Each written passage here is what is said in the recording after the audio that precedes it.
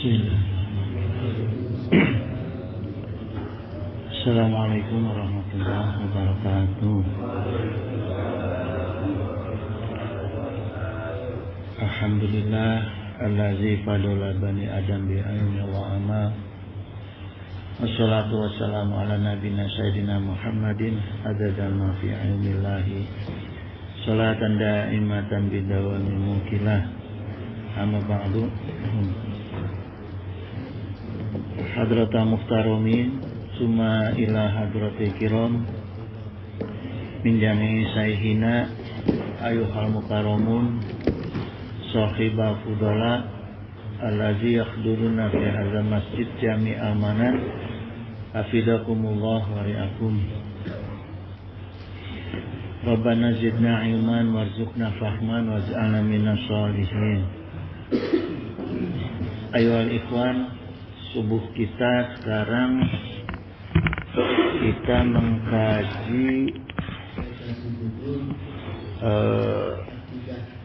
kajiannya ini saya kasih judul Akidah dalam beragama, berakal dalam beramal. Jadi akidah dengan akal itu harus melekat. Nah, terkait dengan agama ini, coba kita bertanya pada diri kita dulu sendiri ini ya. Kita sudah beragama dengan baik dan benar apa belum? Itu kan kita tanya nih pada diri kita ya. Gak usah nanya sama orang. Terus apakah agama yang kita jalani ini agama Islam apa bukan? Walaupun sudah bersahadat ya. Kalau ditanya kenapa harus Islam, kan pertanyaannya nyambung terus. Kenapa harus Islam? Karena Allah berfirman inna dina indallahil Islam. Sekarang apa itu agama? Kalau Allah sampaikan sungguh agama yang diridhoi di sisi Allah itu hanya Islam. Apa itu din? Agama. Din dal ya nun ini kata din masdar dari dana yadinu dinan. Artinya tunduk. Jadi ada dalam pepatah bahasa Arab itu kama tadinu tudanu. Jadi apa yang kamu tebar itu itulah yang kamu tuai. Ya. Jadi ini pepatah Arab kuno ini kalau saya baca, setelah saya baca, saya dalami itu maknanya dalam. Jadi kalau benihnya baik, kemudian tumbuh dirawatnya baik, maka panennya juga baik. Ya. Jadi agama ini diantara isinya adalah tuntunan untuk menjadikan kualitas manusia itu baik mulai dari benihnya, mulai dari bibitnya. Ya. Makanya istilah orang tua dulu tuh ada bibit, bebek, bobot. Artinya mencari jodoh, mencari menantu yang untuk menyambung, meluaskan keluarga kita harus diperhatikan juga itu. Ya, bibit, bebek, bobot gitu. Dalam orang-orang Sunda itu dikenalnya dandindun. Dandan kalau untuk perempuan ya.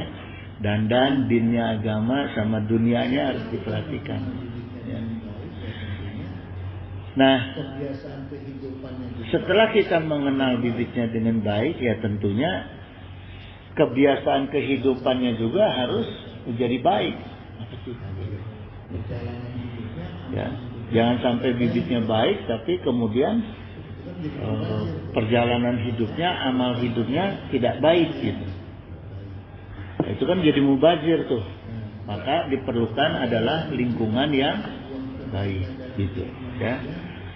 Nah, Bagaimana bisa menciptakan sebuah kebaikan dalam diri manusia? Harus dibentuk keikhlasannya, bukan purbanya. Jangan sampai purba orang itu. Orang kalau udah orang purba itu nggak kepake tuh. Orang yang pura-pura baik. Ya. Wa qala Nabi sallallahu alaihi wasallam, innallaha la yaqbalu minal amal ila ma kana lahu khalisan. Ya. Sungguh Allah tidak akan menerima amalan kita itu kecuali yang ikhlas. Jadi pada kesimpulannya beragama itu harus ikhlas. Ya, itu yang penting. Nah, kemudian ada lagi pepatah Arab. Ini yang bisa kita pakai untuk menjadi tuntunan, ya, bisa menjadi dasar pemikiran lah. Ya. Din itu dalam bahasa Arab itu ada pepatah Arab yang menggunakan dengan istilah al-sultah wa al-qakhru. Din itu artinya din itu kekuasaan dan memaksa. Ya, ini kata din. Kata din itu digunakan juga untuk as-sultah wa al-qakhru gitu. Kekuasaan dan memaksa. Jadi kalau kita maknai kata din itu diantaranya adalah bahwa beragama itu harus bisa menguasai diri kita dan harus bisa memaksa diri kita, ya, gitu. Jadi artinya yaitu sultah itu kekuasaan, qahrul itu memaksa. Jadi ikhlas dalam beragama itu harus dipaksa. Jangan nunggu ikhlas. Nunggu ikhlas iraharek ikhlas. Ya, dimulai ikhlas diri kita itu ditanamkan ikhlas itu harus dipaksa. Harus dipaksa sehingga ikhlas itu bisa menguasai diri kita. Ya, bintu al-qauma katanya. Jadi artinya ikhlas itu harus bisa menguasai kaum itu. Ya, itu jangan. Jadi jangan nunggu itu, jangan nunggu nunggu ikhlas aja dulu beragama, ya nggak bisa. Itu harus dipaksa sehingga menguasai diri kita, gitu ya. Gitu. Jadi bukan diri kita yang menguasai agama. Jadi yang kita paksa itu supaya agama menguasai diri kita, gitu ya. Memaksa diri kita untuk ikhlas, bukan diri kita yang menguasai agama, gitu. Dan dengan agama memaksa orang lain untuk ikhlas kepada kita, jangan gitu. Ya. Ada kebanyakan orang juga sekarang itu dengan modal agama, ente harus ikhlas, aneh ikhlasnya. Gitu, jangan gitu juga. Jadi kitanya yang harus ikhlas menjalankan agama, bukan minta orang lain ikhlas ke kita, gitu. Ya. Apalagi nanti bisa merasa bebas menjual agama, parah lagi. Itu kalau dibalik, kalau logikanya dibalik kayak gitu jadinya. Ya. Jadi jemaah, kalau awal latihan itu kan wajar kalau kita itu nggak ikhlas itu wajar. Namanya kita awal gitu, awal latihan. Nanti kalau udah menguasai, tentunya insya Allah akan terbentuk sendiri ikhlas itu. Gitu. Jadi doanya itu harus Allahumma paksakan. Ya. Sekarang nalar logikanya gini, jemaah ya. Saya ngambil analogi gini. Ketika mutolaah ini saya pikirin gini, ya. Burung, ambil contoh. Burung itu kalau dia bisa terbang itu modal dia apa? Perlu nggak dia mempelajari teknologi untuk dia bisa terbang? Perlu nggak dia latihan berat untuk dia bisa terbang? Seekor burung itu nggak perlu. Modalnya cuma dia paham, dia ikhlas bahwa dia itu diciptakan ke Allah sebagai burung, itu aja. Maka dia bisa menjadi makhluk satu-satunya yang bisa mencapai cita-citanya yang tertinggi. Coba. Manusia bisa nggak balapan sama burung terbang ke atas tanpa teknologi? Ya. Jadi modalnya itu jemaah. Cuma ikhlas memahami bahwa dirinya diciptakan ke Allah untuk bisa terbang jadi burung, kodratnya dia sebagai makhluk burung.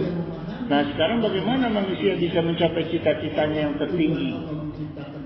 Tinggal dia memahami bagaimana dia diciptakan ke Allah, tujuan Allah menciptakan dia apa? Nah itu ikhlaskan. Apa tujuan Allah menciptakan manusia? Wa ma khalaqtul jinna wal insa illa liya'budun. Ya. Nah, kita paham itu aja. Kita ikhlas dengan itu. Tujuan Allah menciptakan kita itu untuk beribadah kepada Allah. Nah, baru penjabarannya nanti kita gali apa sih ibadah itu. Apa yang Allah inginkan dari ibadah kepada Allah itu dari kita, ya. Nah, kalau kita sudah paham itu, maka insya Allah seperti burung dengan mudah kita akan bisa mencapai cita-cita tertinggi kita. Jadi nggak usah aneh-aneh, itu jemaah, ya. Nah itu sebagai pembukaan. Jadi sekarang gini jemaah, gimana harusnya kita memahami dinul Islam? Nah, mulai masuk kita nih. Dinul Islam yaitu ad-din wal milah. Din itu tadi kita udah kupas, ya, agama itu. Dan al-milah, al-milah itu adalah sistem. Ya. Taat kita itu memahami din dan al-milah itu untuk taat mengamalkan aturan agama dan kafah dalam melaksanakan sistem agamanya. Yaitu agama Islam. Ya. Nah, sekarang gini jemaah. Supaya kita bisa kafah dalam melaksanakan sistem di dalam agama Islam, maka kita harus kupas makna kata Islam. Ya. Makna Islam secara bahasa yaitu artinya tunduk dan patuh. Aslama itu tunduk dan patuh. Ya. Kalau secara istilah Islam itu adalah menyerahkan diri kepada Allah Ta'ala dengan mentauhidkan Allah. Ya. Berserah diri, tunduk dan patuh hanya kepada Allah. Kemudian makna Islam berdasarkan dalil Al-Quran, Allah Ta'ala menggunakan kata aslama atau Islam itu ya supaya kita itu takwa dan menghamba kepada Allah. Dan tawakal ya, tidak hanya takwa dan tawakal. Kalau takwa itu apa aja mah? Kalau tawakal kan katanya sama itu, tawakala masdarnya. Ya, katanya tawakala. Artinya pasrah, yang menyerahkan diri pada Allah. Kalau takwa kita sering dengar kan, ittaqullah haqqa tuqatih, takwa. Setiap khotib itu mengingatkan untuk takwa. Apa takwa? Waqaitu nafsi fattaqwa. Jadi takwa itu sesuatu yang harus dipaksakan. Ya, waqaitu nafsi fattaqwa. Kalau kita menjaga diri kita, maka diri kita terjaga. Artinya takwa dimulai harus dari diri kita. Ada usaha. Kalau tawakal tinggal pasrah, tinggal berserah diri, itu tawakal gitu, ya. Kalau takwa nggak bisa, anak mah mau berdoa aja karena takwa, bukan gitu. Takwa itu harus ada amalnya, ya. Tidak cukup amalan hati, tapi amalan fisik, itu takwa gitu, ya. Nah kemudian jemaah sekalian, ini saya kupas sedikit ya, buat pencernaan sedikit yang supaya kita bisa mencernanya itu secara mudah gitu ya. Saya gambarkan sedikit ini secara sederhana anatomi daripada dinul Islam ya, agama Islam. Jadi ad-din itu dinisbatkan kepada Allah Ta'ala. Ini anatominya jemaah. Jadi adin dinisbatkan kepada Allah Ta'ala, ya. Adin itu sendiri, kenapa dinisbatkan kepada Allah Ta'ala? Karena adin itu sendiri mengajarkan ketaatan dan ketundukan kepada Allah. Maka harus Allah yang ngajarin. Harus Allah. Orang yang punya maksud, orang itu yang harus ngajarin. Supaya pas. Ya, makanya kalau bicara taat, Allah yang ngajarin. Kita buka Quran. Gitu. Kita lihat pelajaran-pelajaran ketaatan dari Allah. Adanya di kalamullah, yaitu di Al-Quran. Ya. Jadi kalau belajar taat itu buka Al-Quran. Gitu. Kita nggak bicara kelanjutannya baru hadis. Ya. Nah, kemudian dengan kita mempelajari ketaatan kepada Allah dari Al-Quran itu harus ada dibuktikan oleh kita. Dibuktikan caranya dengan taat kepada syariat Allah. Ya, Allah Subhanahu wa Ta'ala gitu. Nah, kemudian tadi al-milah. Ya, dinul Islam itu ada din dan milah. Milah itu dinisbatkan kepada Rasulullah SAW. Karena ini sistem. Kalau sistem nggak perlu pimpinan yang mengajarkan, pimpinan tertinggi nggak perlu. Sistem itu ada anak buah. Di antaranya para nabi dan rasul. Ya, kenapa harus anak buahnya, harus para nabi dan rasul? Karena yang menjelaskan kepada manusia harus manusia. Makanya nabi dan rasul dari kalangan manusia, nggak diangkat dari malaikat darat dengan jin, nggak nyambung nanti. Zatnya aja udah nggak nyambung, apalagi alam pikirannya. Ya, makanya bicara sistem agama harus rasul, nabi, karena dia manusia. Gitu, ya. Ini milah, mengajarkan sistem fondasi Islam yang ada di dalam akidah. Bagaimana, kenapa harus manusia yang ngajarin akidah? Karena dia yang ngerasa. Kalau dia ngerasa, dia bisa menularkan. Kalau yang nggak dia rasa, dia nggak akan bisa menularkan. Itu akidah, ya, sistem itu. Kemudian syariah dan akhlak. Nah, ini Nabi, Rasul yang mengajarkan kepada kita. Ya, lewat apa? Lewat ilmunya untuk menerapkan akidah, syariah, akhlak. Ilmunya akidah itu tauhid, syariah itu fikih, akhlak itu tasawuf. Nah, inilah agama Islam. Dengan mempelajari 3 basic ilmu ini, maka terbentuklah akidah, syariah, akhlak, yaitu fondasi Islam. Ya, gitu.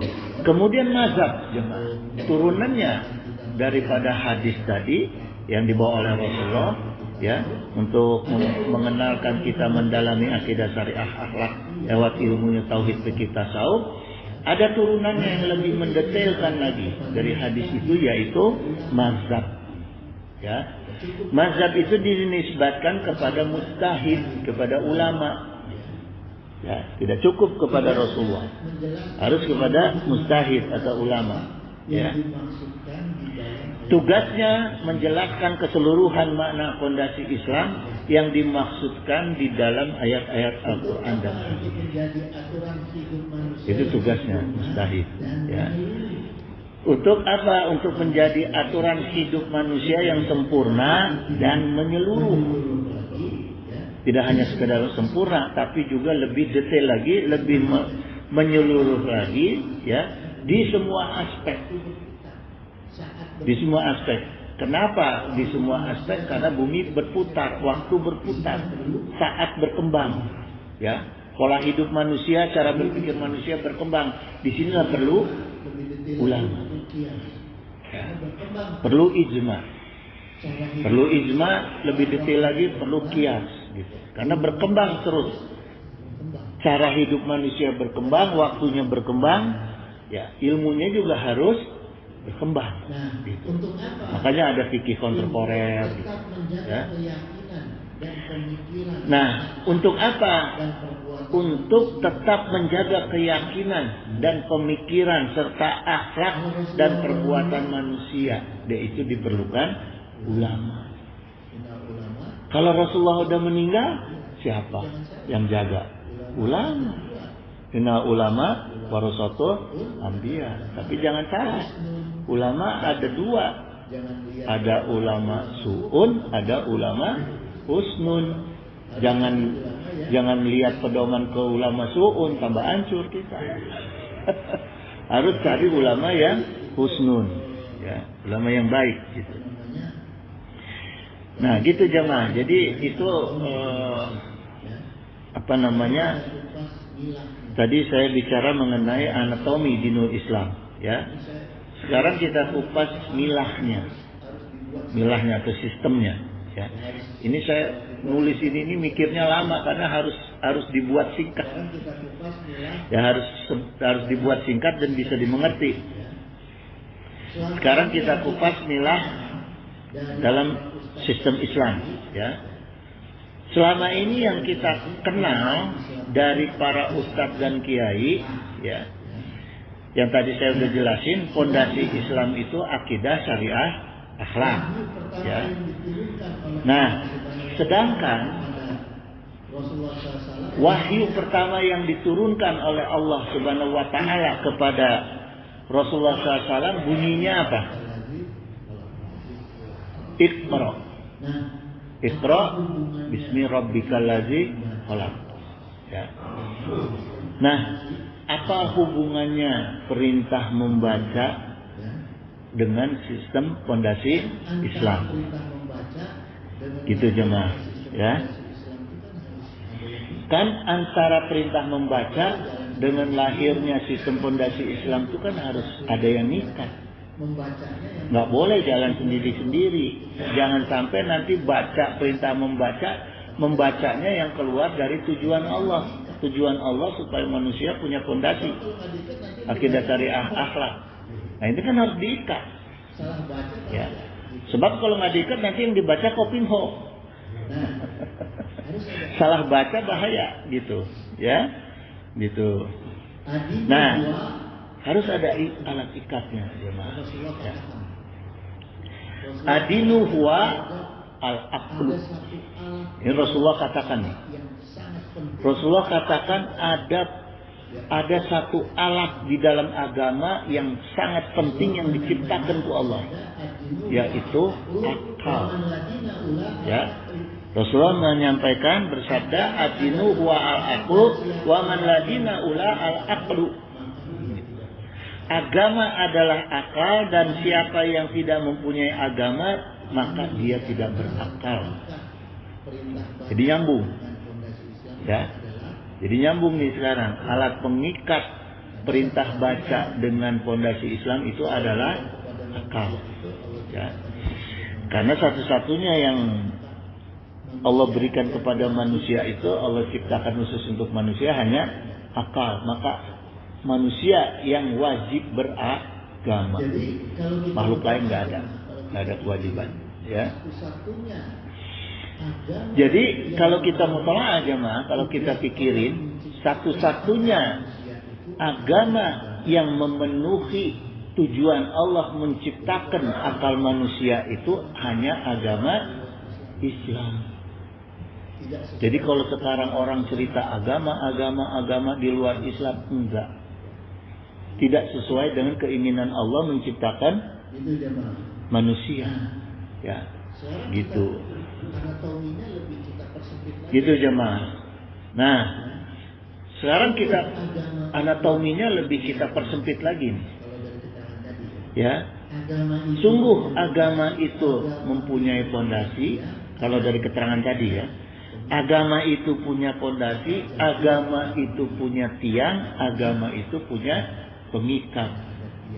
Maka jadilah bangunan agama. Karena ada tiangnya, ada fondasinya, ada pengikatnya, gitu. Ya. Sebagai fondasi agama yang tadi saya sudah jelasin, akidah, syariah dan akhlak. Ya. Sebagai tiangnya agama itu ilmu tauhid, fikih dan tasawuf. Maka ada sholat di dalam fikih itu dikatakan as-sholatu imanuddin. Faman aqamaha faqad aqamadin, ya. Faman hadamaha faqad hadamadin. Jadi sholat itu bagian daripada tujuan Allah menciptakan kita untuk beribadah. Makanya menjadi tiang agama. Gitu. Ya, karena ada di dalam fikih. Ilmunya ilmu fikih, ada di dalam syariat, dalam beragama, aturan hukum dalam beragama.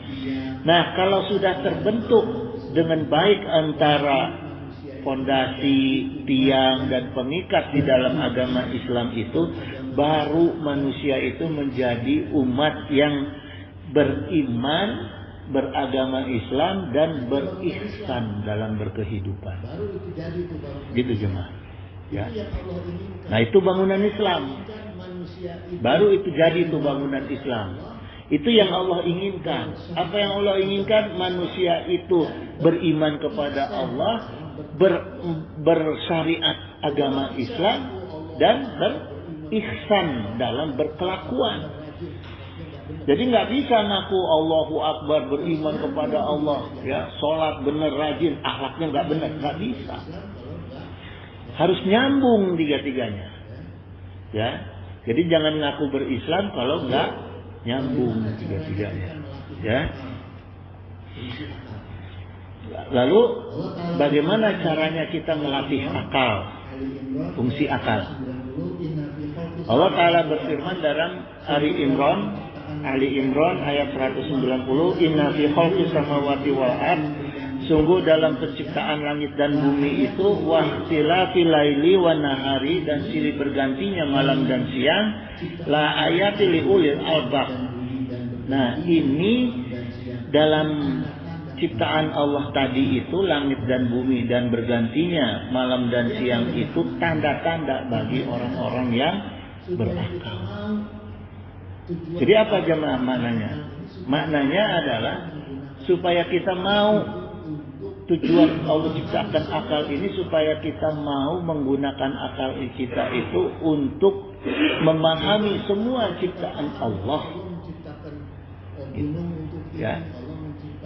Sehingga apa? Kalau kita paham nih, oh Allah menciptakan gunung untuk ini, Allah menciptakan pohon untuk ini, nggak asal tebang, ujung-ujungnya jadi banjir, ya, longsor, apa kan gitu. Tujuannya, gitu. Ya. Makanya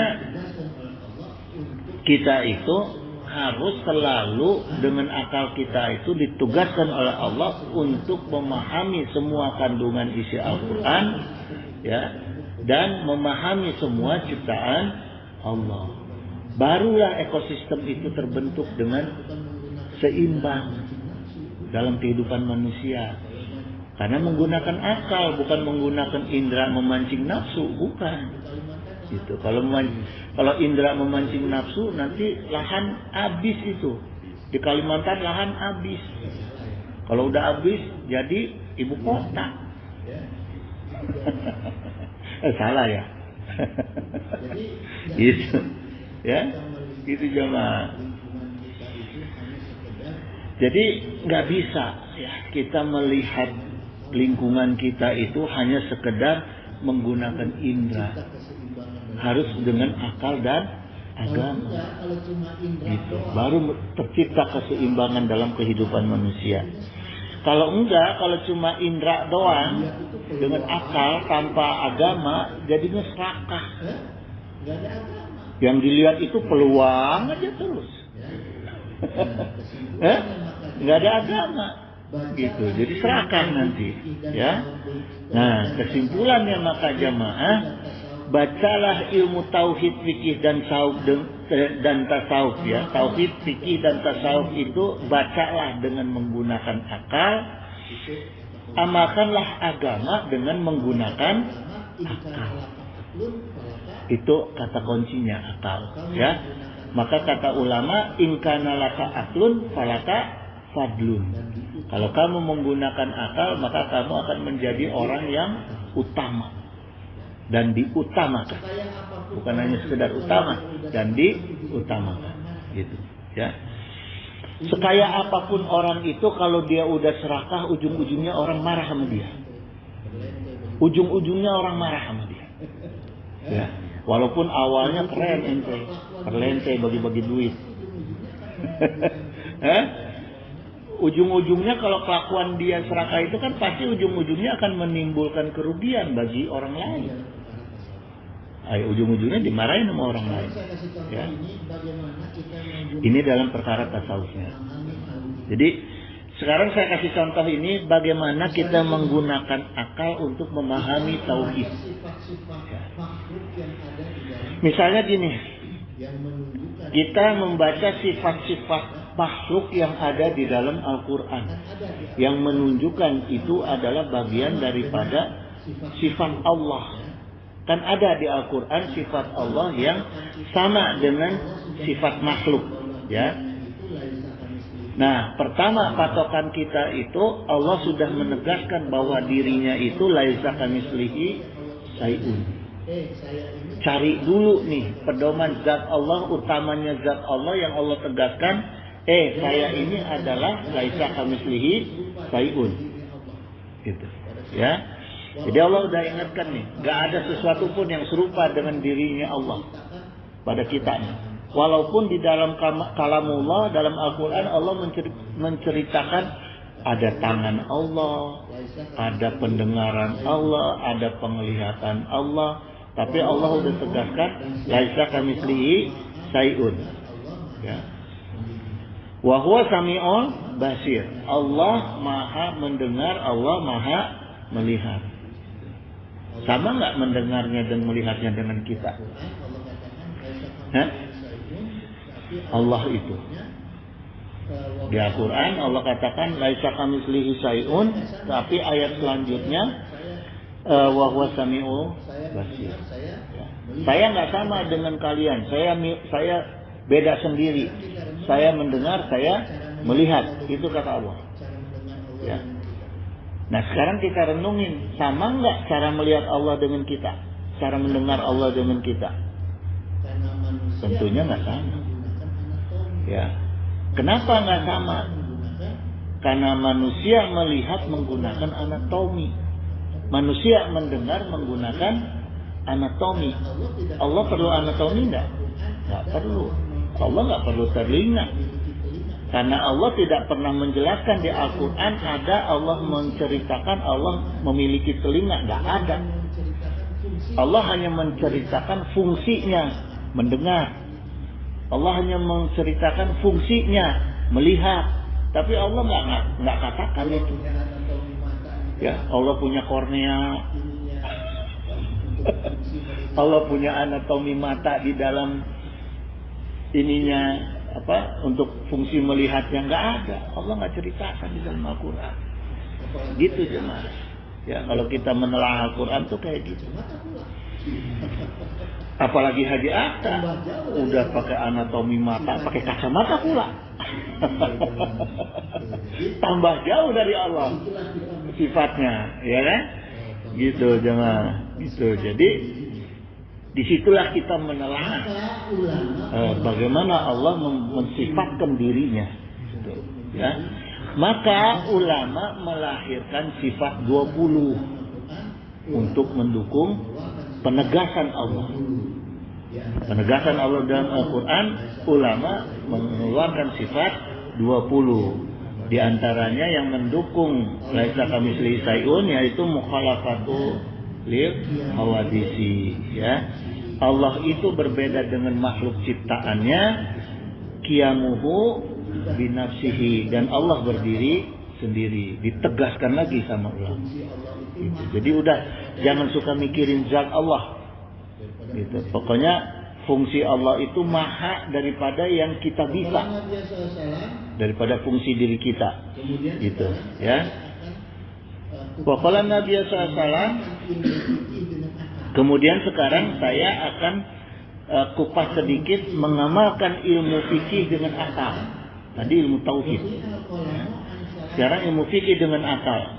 Waqala Nabi sallallahu ya, rufi'al qalamu an salasatin, ya, diangkat pena artinya tidak dikenakan hukuman atau dosa, ya, atas 3 kelompok manusia. Ditegaskan oleh Rasulullah SAW. Anina ini hatta yartaikido, ya, orang-orang yang tidur sampai dia bangun. Pertama. Yang kedua, wa anisogiri hatta yaktalima, gitu. Anak kecil sampai dia balik. Balik itu mimpi basah. Kayak apa mimpi basah, Pak? Bangun tidur keringetan. Gitu. Ya. Gitu. Wa anil majnuni hatta ya'tila. Nah, keseluruhan itu intinya adalah orang gila sampai dia berakal. Orang yang majnun sampai dia berakal. Jadi pada intinya orang-orang itu kan dia tidur berarti akalnya tidak berfungsi. Masih kecil akalnya tidak berfungsi. Maka anak kecil jangan suka dicarekan. Dikasih tahu boleh, dimarahin jangan. Karena akalnya belum berfungsi sempurna. Gitu. Ya. Gitu. Kemudian orang majnun jangan dimarahin. Orang majnun nabok kita tabok lagi. Majnun juga sama. Gitu. Ya. Gitu. Jadi tidak ada hukum sampai orang itu akalnya berfungsi dengan baik. Gitu. Ya. Gitu jamaah. Nah, makanya fikih itu harus dengan berakal. Sekarang saya coba ini ke bapak-bapak ya, tes akal fikih ini. Kita wudu. Setelah wudu, punten ya, setelah wudu hitut. Wudu lagi nggak kita? Wudu lagi.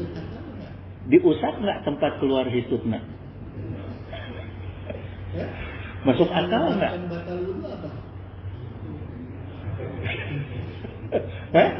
Yang menyebabkan batal wudu apa? Pada saat kita wudu lagi. Maaf ya, pantat kan? Pantat. Pada saat kita wudu lagi, bersuci lagi, diusap nggak? Enggak, kenapa? Masuk akal nggak? Ini bicara fikih hukum. Coba. Ini bicara fikih. Fikih itu syariat, hukum. Ya. Maknanya hukum. Nah, nyambung nggak hukum toharoh dengan hitut dengan wudu? Kan secara akliyah kita katakan nggak masuk akal tuh. Kan harusnya yang diusap penyebabnya. Sebabnya diusap. Bicara hukum. Itu. Hukum menyentuh penyebabnya. Tapi sekarang kalau kita bicara syariat, bicara hukum, hukum menyentuh penyebab nggak? Timbul. Enggak. Hukum itu Akibat timbul hukum. Siapa? Hukum itu kalau dalam hukum positif, ilmu hukum ya, barang siapa? Setelah ada Itu sumber hukum. Terjadinya dampak hukum setelah ada akibat. Nah, akibat dari kentut yang terkena, apa yang terkena akibat dari kentut? Yang terkena akibat dari kentut, pertama hidung. Bau kan? Kedua muka. Kenapa muka? Orang yang kentut di hadapan orang lain pasti malu. Apa ketika kita sendiri kita nggak malu? Malu karena kita ada Allah. Memperbaiki. Ya, makanya ulama kalau kentut ya wudu. Memperbaiki akibat yang ditimbulkan oleh situ tadi. Gitu. Ya. Jadi nggak perlu ininya diusap-usap. Heseh. Ya, gitu. Jadi kita perbaiki. Makanya hukum itu diterapkan itu bukan hanya untuk tujuan menghukum, tapi memperbaiki akibat dampak dari pelanggaran hukum. Itu makna hukum. Ya. Kalau koruptor atau orang-orang pelaku kejahatan, tidak disuruh memperbaiki kerusakan yang dia timbulkan dari pelanggaran hukumnya, maka orang tidak akan pernah kapok. Nggak akan pernah kapok. Sedangkan Nggak kapok dong. nanas harus Gua nggak disuruh memperbaiki kok. menghilangkan kerugian Sedangkan urusan habluminanas harus ada kaitannya dengan menghilangkan kerugian yang ditimbulkan oleh si orang yang berbuat dosa habluminanas. Kalau enggak, Allah tidak akan pernah ampuni. Itulah makna kita cerita hukum wudu, bab toharoh, jemaah.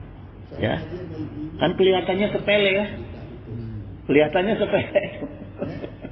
Saya ngaji sama ibu-ibu gerer aja cerita itu. Ya, gitu jemaah. Makanya gini jemaah sekalian, segala sesuatu itu perlu akal tuh di situ. Akal harus berdampingan dengan agama. Tidak hanya sekedar akal berdampingan dengan indera, gitu. Ya, supaya kita punya tuntunan. Rasulullah SAW itu pernah ditanya oleh istrinya, Sayyidah Aisyah, wahai Rasul,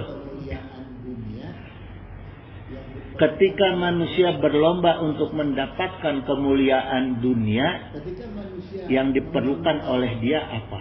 Kata Rasulullah, akal. Ketika manusia memerlukan kemuliaan akhirat, yang diperlukan oleh manusia apa? Dijawab lagi oleh Rasulullah, akal. Tapi wahai Rasul, bukankah hisab itu terjadi karena perbuatan? Ya kan? Kita dihisab itu kan karena perbuatan. Kenapa Rasulullah sampaikan akal? Nah, dijawab oleh Rasulullah, karena perbuatan baik dan buruk akibat implementasi dari akal. Maka yang dihukum juga harus akal. Artinya disentuh. Akalnya itu disentuh dengan ilmu tadi, ya. Akidah, syariah, akhlak, tauhid, fikih, tasawuf, gitu, ya. Nah, saya ketika merenungi perihal ini, jemaah sekalian, tulisan ini, saya mengarang sebuah syair. Terangsang untuk membuat syair, ya. Tahrotul akli husnul ikhtiyari. Wadalilu laha sakbatul akhlakul ikhtiyari akhtiyari. Jadi makna syairnya dalam bahasa Indonesia ini gini. Buahnya akal adalah baiknya ikhtiar. Dan landasannya orang yang mau ikhtiar yaitu akhlak yang terbaik. Nah, jadi mananya gini, jemaah. Tahratul akli husnul ikhtiar itu, ya, ikhtiar kita itu adalah sebab akibat dari buahnya akal. Ketika akal kita baik, maka ikhtiar kita baik, ya. Ketika akal kita rusak, ikhtiar kita rusak. Nah, itu maknanya, ya. Wa dalilu laha sahbatul akhlakul ikhtiyari akhyari itu. Jadi landasan orang yang mau berikhtiar yaitu akhlak yang terbaik. Nah, jadi di sini ketika kita akan berbuat sesuatu, ingin berikhtiar mencari dunia, pikirilah, tuntunlah akal itu dengan akhlak. Jadi bukan hanya sekedar akal dengan ilmu, harus dibarengi dengan kaidah akhlak. Sehingga akal kita tertuntun dengan akhlak, maka ikhtiar kita jadi baik, gitu. Ya, makanya harus perlu ilmu akhlak, kita belajar ilmu adab. Adab itu artinya akhlak, kan? Kalau dalam bahasa Persia itu bo itu artinya punya, bi artinya tidak punya. Jadi kalau tidak punya akhlak, bi adab. Tidak punya adab jadi biadab. Itu dari bahasa Persia.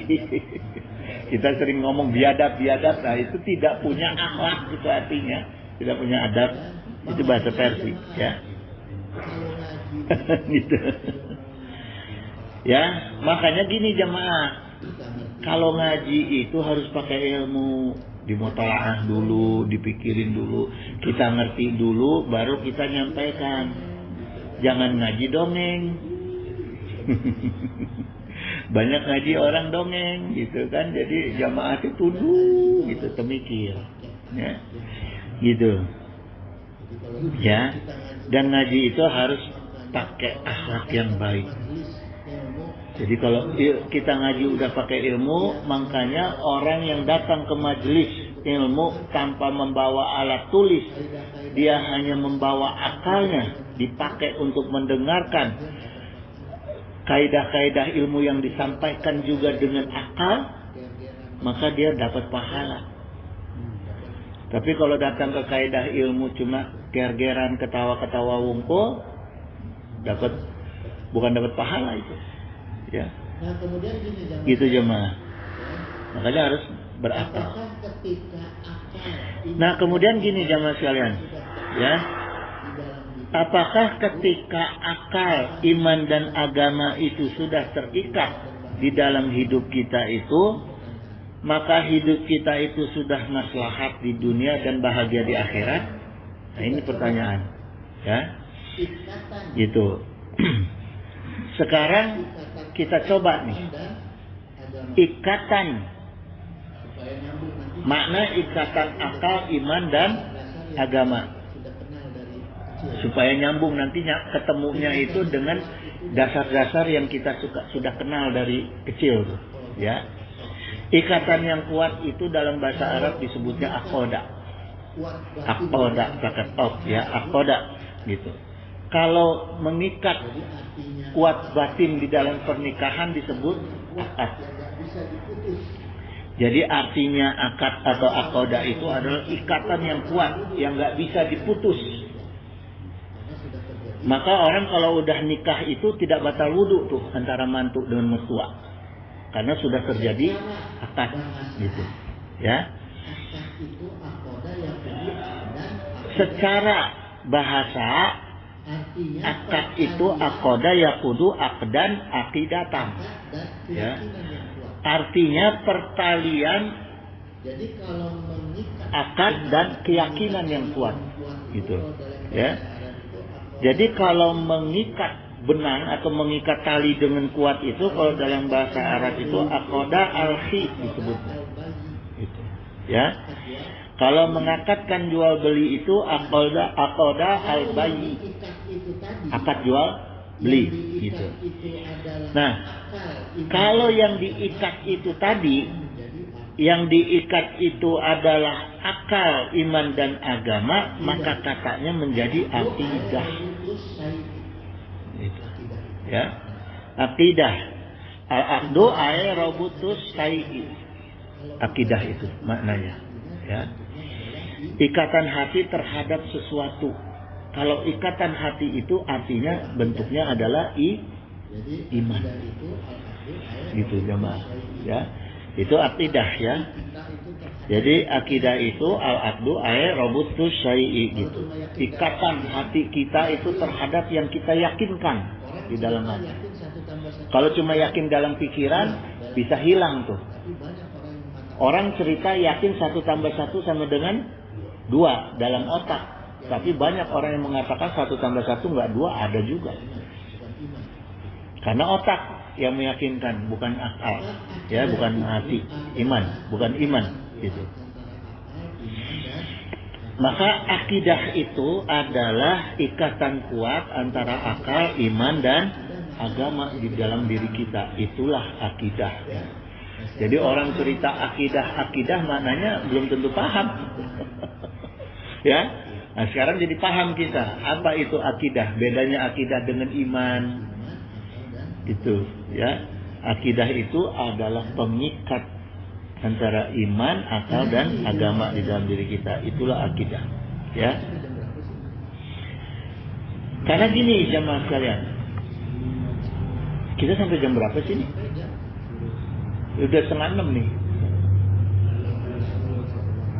Kita sampai jam. Jadi gini jamaah sekalian. ke 15, masih ada waktu ya, 10 menit ya. Jadi gini jamaah sekalian, ya. Ini saya mau jabarin ini, mau detailin lagi mengenai akidah, ya.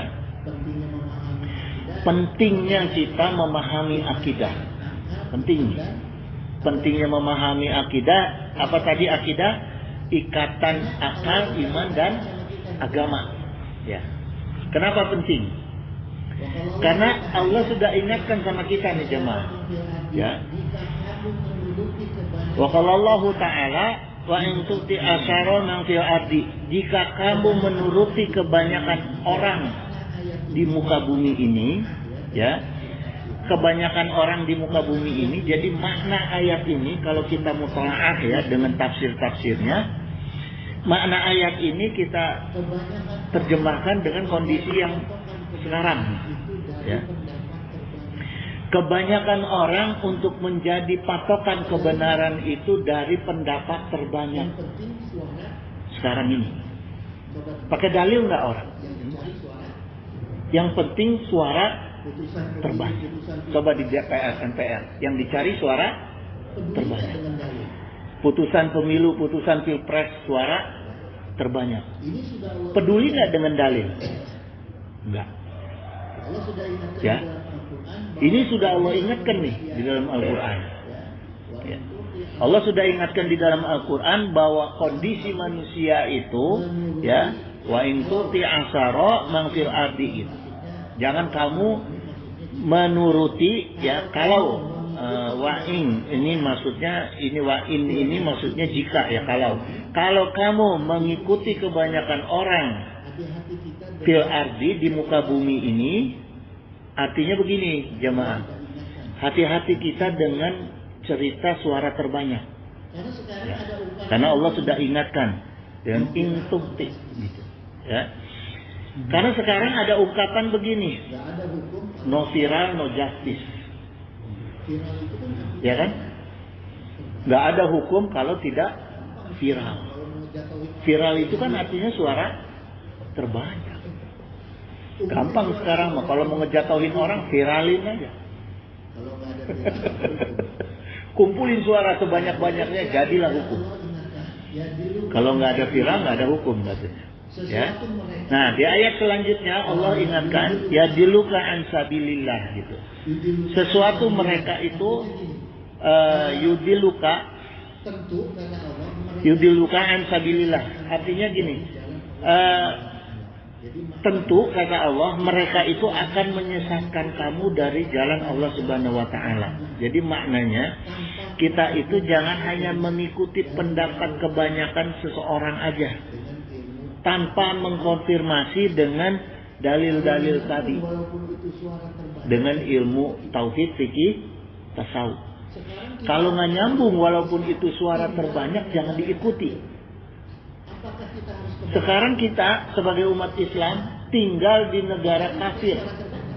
Apakah kita harus ke bawah kafir? Enggak. Padahal itu kan suara terbanyak. Di lingkungan itu suara terbanyak adalah suara kafir. Perlu nggak kita ikut-ikutan kafir? Nah. Makanya Allah ingatkan, hati-hati dengan pengumpulan suara terbanyak. Ya. Bukan berarti itu harus jadi patokan hukum, walaupun budayanya sudah seperti itu.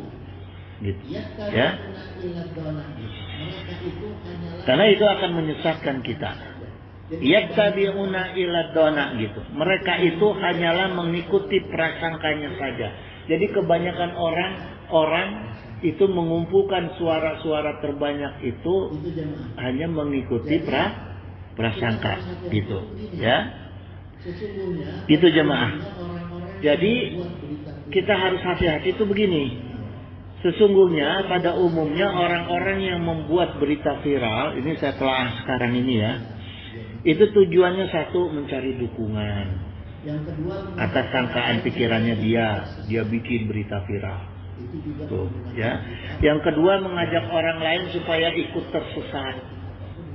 Itu juga menggunakan berita. Itu kan di HP sering lewat tuh, iklan pinjol, iklan asuransi, Ya, ngapain dia pasang iklan masuk-masuk ke HP orang tanpa assalamualaikum? Tahu-tahu ada iklan pinjol ya. Itu tujuannya menyesatkan kita itu. Orang yang selalu berusaha memviral. Coba kalau udah masuk pinjol ujung-ujungnya ada yang bunuh diri, ada yang apa, menyesatkan itu, gitu, ya. Maka hati-hati Yang gitu. paling kelihatan Semua itu terjadi karena setan itu punya ilmunya tinggi. Ya.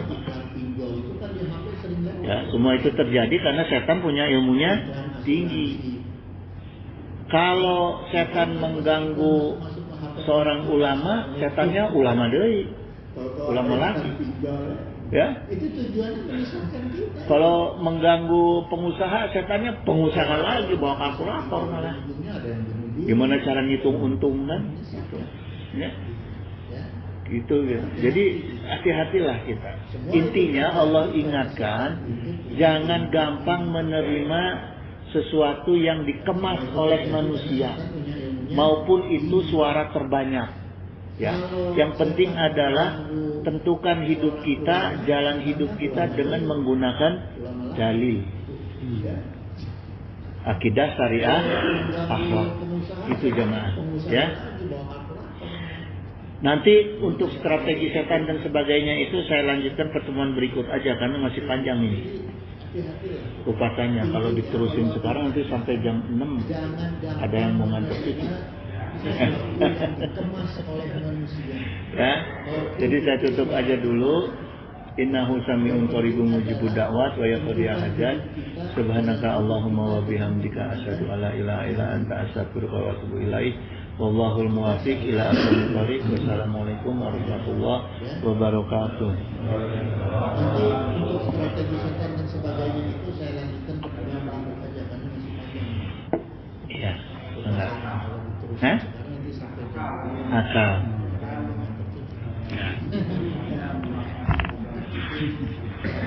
Iya. Belum nanas.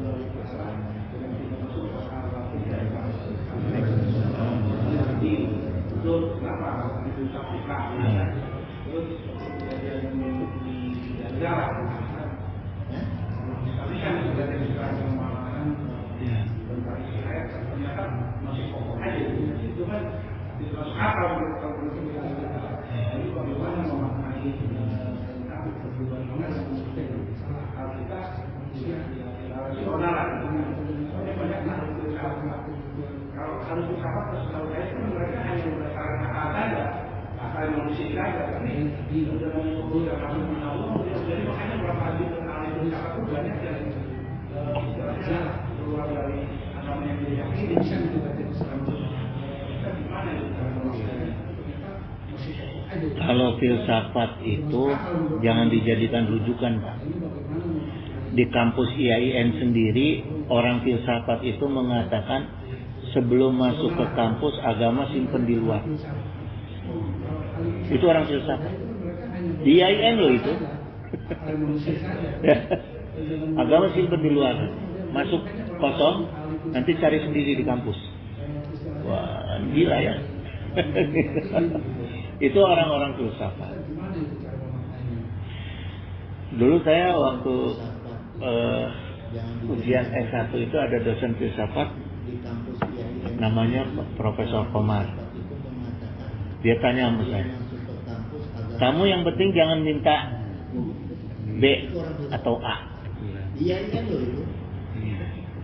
Kalau saya pasti saya kasih. Yang penting kan lulus gitu ya. Makanya saya nggak kasih pertanyaan yang berat-berat. Pertanyaan singkat aja. Apa bedanya komar dengan korma? Itu dosen filsafat, Pak. Pertanyaannya. Ya. Karena dia menyepelekan mahasiswanya, jangan minta B, jangan minta A, kata C aja. Dia pikir pertanyaannya susah, enggak.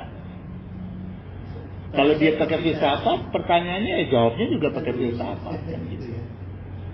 Ya. Jadi maknanya gini, ini kembali ke pertanyaan tadi. Kenapa ketentuan Allah itu sering tidak masuk akal, kan gitu inti pertanyaannya ya, kalau saya tangkap tadi. Jadi memang ketentuan Allah itu kalau Karena dia diciptakan oleh Allah, ya, dilaksanakan oleh Allah itu sesuai dengan kemampuan akal manusia, maka manusia ngakalin Allah. pakai filsafat, pertanyaannya jawabnya juga pakai filsafat. Ya, manusia jadi bisa ngakalin Ini kembali ke Allah. pertanyaan tadi. Sekarang contohnya bisa nggak manusia ngakalin Allah? Itu Yang sedikit aja. kan gitu inti pertanyaan. Teknologi. Dengan teknologi seolah-olah manusia bisa ngakalin Allah. Kalau Apakah Allah menciptakan manusia bisa terbang? ya, Enggak. dilaksanakan Hanya burung. oleh Allah itu Tapi dengan akal manusia menciptakan teknologi, manusia bisa. manusia ngakalin Allah. Maka ada banyak ya kejadian-kejadian yang hikmahnya itu tidak masuk akal. Sekarang contohnya bisa Kenapa? Supaya manusia akhirnya dengan dia bertafakur, makanya gini jemaah, bertafakur 1 menit itu lebih baik dari ibadah 1000 tahun. bisa ngakalin Allah. Maknanya tafakur itu adalah kita menyelami nih rahasia kejadian kehendak Allah. Tapi dengan akal Setiap iznillah, setiap izin Allah, setiap iradah Allah itu ada kehendak di balik itu. ada banyak Ya. kejadian-kejadian. Makanya Rasulullah sampaikan, kenapa para nabi dan para rasul itu bisa menerima wahyu? Karena sebelumnya merenungkan ciptaan Allah. Bertafakur 1 menit itu lebih baik dari ibadah. Kalau kita kan sekarang dipaksa untuk merenungkan ciptaan manusia. Rahasia kejadian. Yang kita perhatiin gedung-gedung tinggi, hebat, akhirnya sayang, boga itu. Inilah setiap izin Allah, setiap iradah. Sayang, boga Ferrari. Kehendak di balik itu.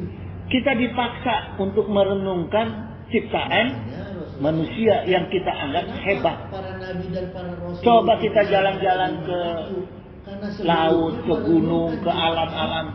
Pernah nggak kita memuji Allah? Itu aja dulu. Kalau kita kan sekarang dipaksa untuk Ya. merenungkan ciptaan. Kita melihat di keindahan alam apa. Pernah nggak kita memuji Allah? Paling selfie. Hah?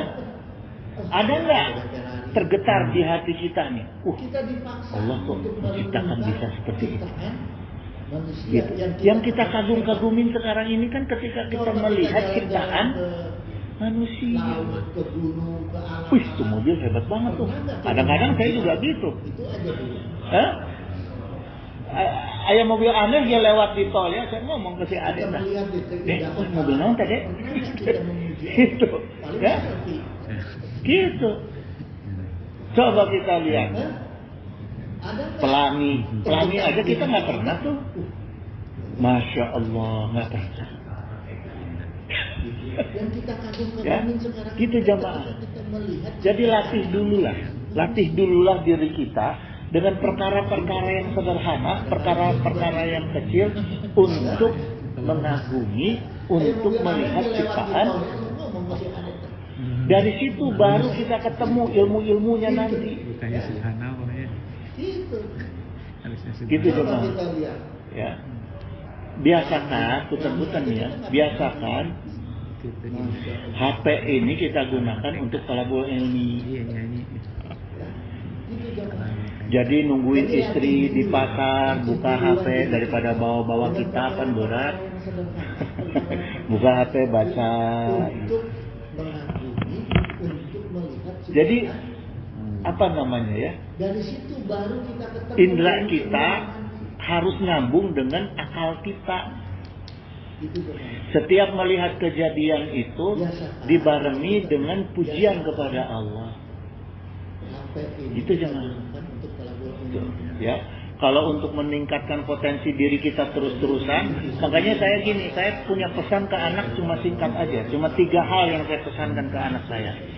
Satu itu, ya, apa namanya? Jadi apa namanya? Ya? Pertama itu 3 hal ini ya, yang saya pesankan ke anak itu adalah kualitas, akseptabilitas, ikhlas. Itu yang saya pesankan. Dengan pujian kepada Allah. Untuk kita menjaga hidup kita nih sehari-hari. Artinya apa? Saat tanpa saatan, dari waktu ke waktu kita harus menjaga kualitas dan meningkatkan kualitas. Pikiran minimal. Ya, supaya indera kita ini nggak kosong. Kalau indera kosong itu kagoda ke dunia. Itu masalahnya. Ya, kualitas. Terus akseptabilitas harus diperhatikan. Kenapa? Kualitas kita itu harus bisa diterima. Jangan kita dengan kualitas kita akhirnya kita jadi sombong, akhirnya ditolak oleh lingkungan, mubazir. Kurang boga kualitas, ilmu tinggi gitu, tapi setiap dipanggil ngaji minta duitnya gede, terjadi. Coba, batul nggak jadi ngambil, manggil kita kan akhirnya ilmu kita mubazir. Yang ketiga harus ikhlas. Segala sesuatunya harus ikhlas lillahi. Itu Pak, udah kelewat Pak jamnya. Jangan kita dengan kualitas kita akhirnya kita Allahumma sholli wa sallim wa barik ala sayyidina wa syafi'ina wa habibina maulana Muhammad wa sallim radhiyallahu ta'ala an sadatina sayyidina Rasulillahi asma'in. Amin ya Allah ya mujibud da'wati sa'ilin. Allahumma a'izal islamana wal muslimin. Allahumma ansur ikhwanana muslimin. Allahumma ansur mujahidina fi Filistin. Allahumma ansur mustad'afina fi Filistin wa fi baladi sami wa fi kulli makanin wa waqtin. Allahumma akhliqil kafaratul musyrikin. Allahumma damiril yahudi wa satib samlahum wa farik jam'ahum. Allahumma inna nas'aluka minan ni'mati tamamaha wa minna ismati dawamaha wa minna rahmati sumulaha wa minna afiyati husulaha wa minna aishi argodah wa minna umuri asadah wa minna isani atamah wa minna in'ami a'amah wa minna fadli azabah wa minna lutfi anfa'ah. Allahumma kun lana wa la takun alaina. Allahumma khtim bi sa'adati ajalana wa haqiq bi ziyadati amalana wa khrim bil afiyati guduwana wa asolana wa ila rahmatika mafirana wa ma'alana wa subasi jali afika ala zunubina wa muna alaina bi islahi uyubina wa ja'ali taqwa zawdana wa fi dinika istihadana wa alaika tawakkulana wa i'timadana wa sabitna ala mahjid istiqamah wa izna bid dunya min mujibati nadamati yaumil qiyamah wa fi amasikla auzar warzuqna aisyata abrar waqtina wa sirfana sarar asrar wa'atik riqabana wa riqaba abaina wa ummahatina wa ikhwanina wa walidina wa asiratina wa zawjatina birahmatika ya azizu ya ghafaru ya syataru ya halimu ya jabaru ya Allah ya Allah ya Allah ya Rahman ya Rahim ya Rahman Rahimin innaka ala kulli syai'in qadir wa bi jabati jadir subhana rabbika rabbil izzati amma yasifun wa salamun ala mursalin walhamdulillahi rabbil alamin.